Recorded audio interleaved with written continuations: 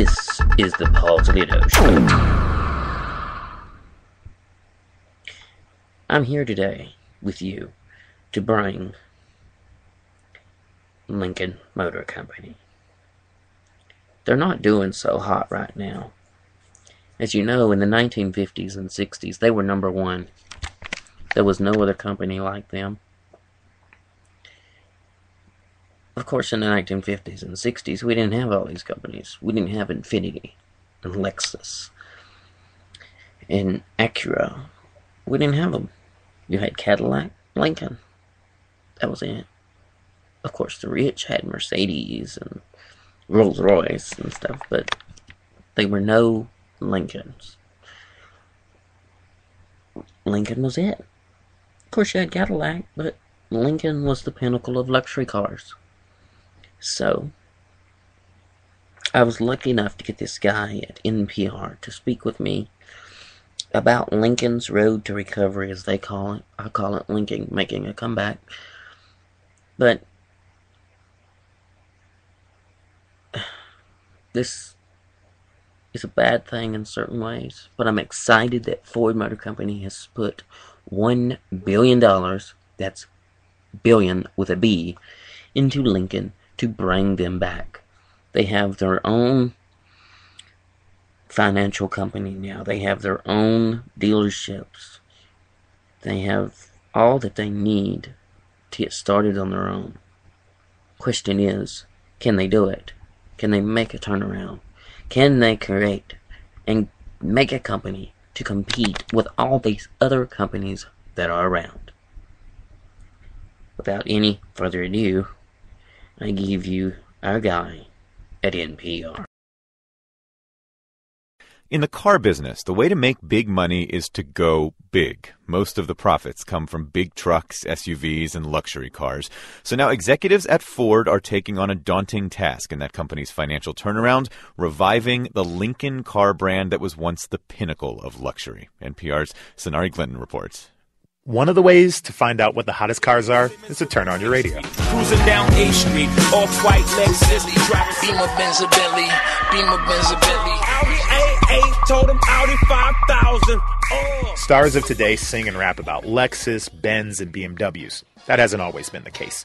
Here's Frank Sinatra in 1962. I like a new Lincoln with all of its class. I like a martini and bird under glass. That was when Lincoln stood for individuality, style, and sophistication. Now, for most people, Lincoln is the town car, the staple of retirement communities and airport limo stands. Unfortunately, Lincoln has fallen so far down the pecking order when you're looking at luxury cars. David Champion is with Consumer Reports. And yet it used to be the pinnacle. And, you know, to allow a brand like that to diminish, I think, is sacrilegious. Lincoln followed the path of many Detroit brands. It didn't compete when the German brands BMW and Mercedes hit American shores, and it fell further when the Japanese brands like Lexus came along. Executives at Ford are trying to change all that. The question is how? Turns out there is a blueprint for reviving a luxury brand. There was us, and there was them at that time. And if you look at who them was, there was Lexus, there was BMW, and Mercedes. Scott Kehoe is head of marketing at Audi. Kehoe says the company revived itself by separating its look and design from its parent company, Volkswagen. It made high-tech, cool cars, and it created an edgy ad campaign aimed at Generation X and Y. We made an enemy, which I think you need to do to have an effective positioning. Who is your enemy? And our enemy is staid, archaic, old-school luxury. Fur coats, brass, marble, old country clubs, dinosaurs. That's our enemy. They made an enemy, but it worked. Audi is now the number 2 luxury brand globally, and it has the youngest average buyer. The reason all of this is important for car companies and the economy is money. To give you an example, 10% of Volkswagen sales are from Audi, but they make up more than 50% of the company's profits. And extra profits help a company support innovation, hire workers, build plants, especially in their home country. No global automaker, especially Ford, can leave those kinds of potential profits unclaimed. This is the most exciting thing that you can do in our industry. Jim Farley is the guy at Ford who's been tapped to turn things around for Lincoln. He's learned lessons from brands like Gucci and Burberry that fell by the wayside and made a resurgence. So for us, we have to innovate literally every piece of this. The car, the brand, what people think of when they think of Lincoln. Is it an old person? Is it a town car? Or is it something new? What does that newness come from? What is it? And then, of course, the experience. Farley is following the blueprint Audi laid out. He's hired a new ad agency and a hot young designer. Last summer, the company killed off the Lincoln Town Car. But most importantly, they're completely redesigning their lineup, starting with the MKZ, which comes out in the fall.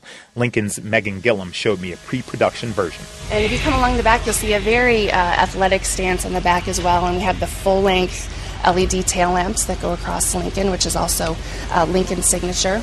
The new Lincoln looks very different from most cars on the road now. It has a huge retractable roof, which makes it close to a hardtop convertible, and Lincoln executives like Gillum are especially careful not to compare the new cars to Ford. What would be equivalent size in another vehicle? This is like the size of, say, a Taurus? It's the size of a Lexus ES. This is a very close competitor of ours. Look at you not referring to the Ford equivalent Well, it's of this. completely different from a Ford. It shares underpinnings, and that's where the similarities stop. Very few shared parts. The exterior is completely different. Not even so much as one piece of glass is shared. Most people in the car business say it could take up to a decade for Lincoln to make a true turnaround. Now, that would be a real sign the American car industry is back. Sonari Glinton, NPR News. Thank you, NPR. You and me on a spree. Thank you, NPR. I'm back. And I'm here to say I believe Lincoln can make a turnaround. I believe they will. I believe they'll go from last to first like they was in the 50s and 60s. All they have to do is make themselves different than Ford.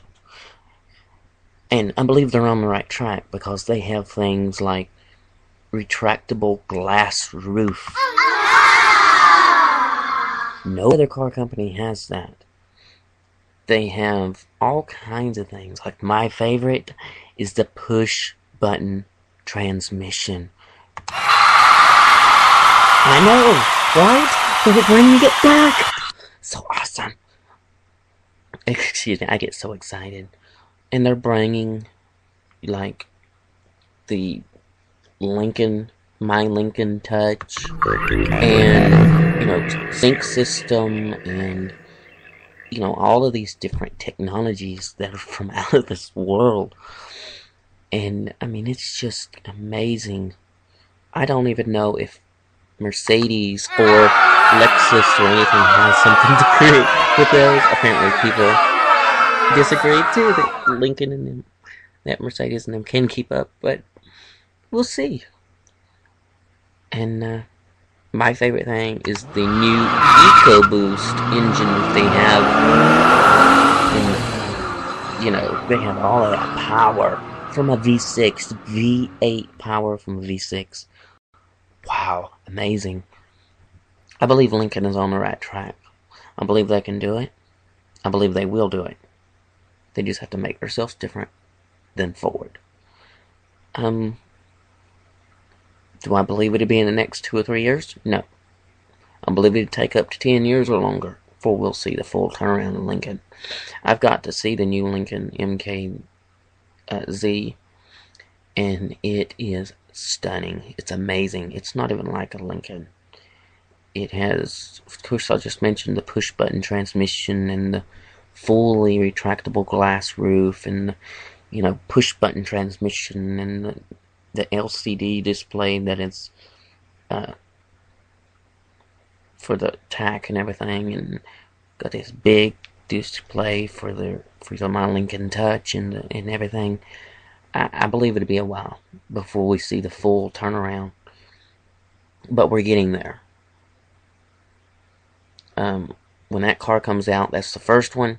There'll be 7 all-new models before they come out. There's 4 or 5 now, so they're going to be adding 2 or 3. They're thinking about a small car, a compact car, and a small SUV or crossover. I'm interested to see the small car. So, but we'll see what happens. I believe they're on the right track. So, without anything else to add, other than Ford, good luck. I wish you the best. And goodbye.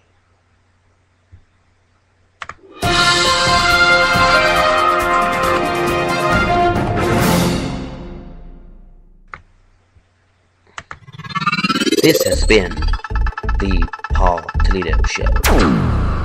Thank you and goodbye.